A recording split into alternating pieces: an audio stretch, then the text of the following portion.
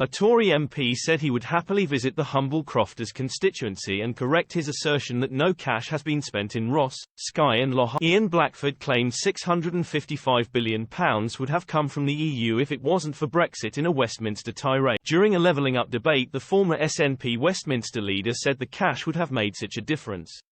His comments come as the recent £122 million for 6 more Scottish projects via the Levelling Up Fund took total UK government direct investment in Scotland through the £2.6 billion barrier. The Nat MP, who is stepping down at the next election, told MPs that Scotland voted to stay in the EU as he claimed that his constituency was now getting nothing from the UK Tory government.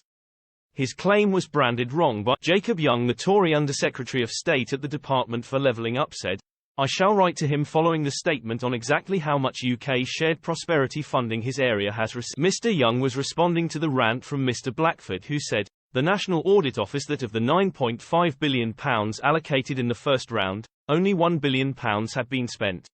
Perhaps the Minister can say how much has been spent now. Is this not much like any other Tory slogan, meaningless in reality? Once again, there is nothing for Ross, Skye and Loch Harbour."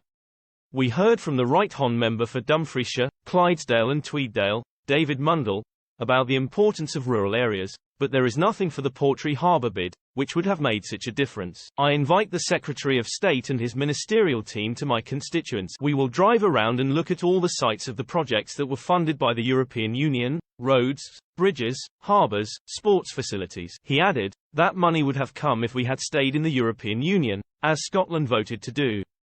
We are missing out on €750 billion that the EU was investing in regeneration, and once again we are getting nothing. Zip. From this Tory government." Mr Youngs added, "I shall write to him following the statement on exactly how much UK shared prosperity funding his area has received, and I hope that when I do, he will come back to the Chamber to update the House on the facts of the matter." He asked how much money has been spent since the National Audit Office released the figures in March. £1.5 billion has been spent since then, but I would be delighted to come up and visit the humble Crofters constituency.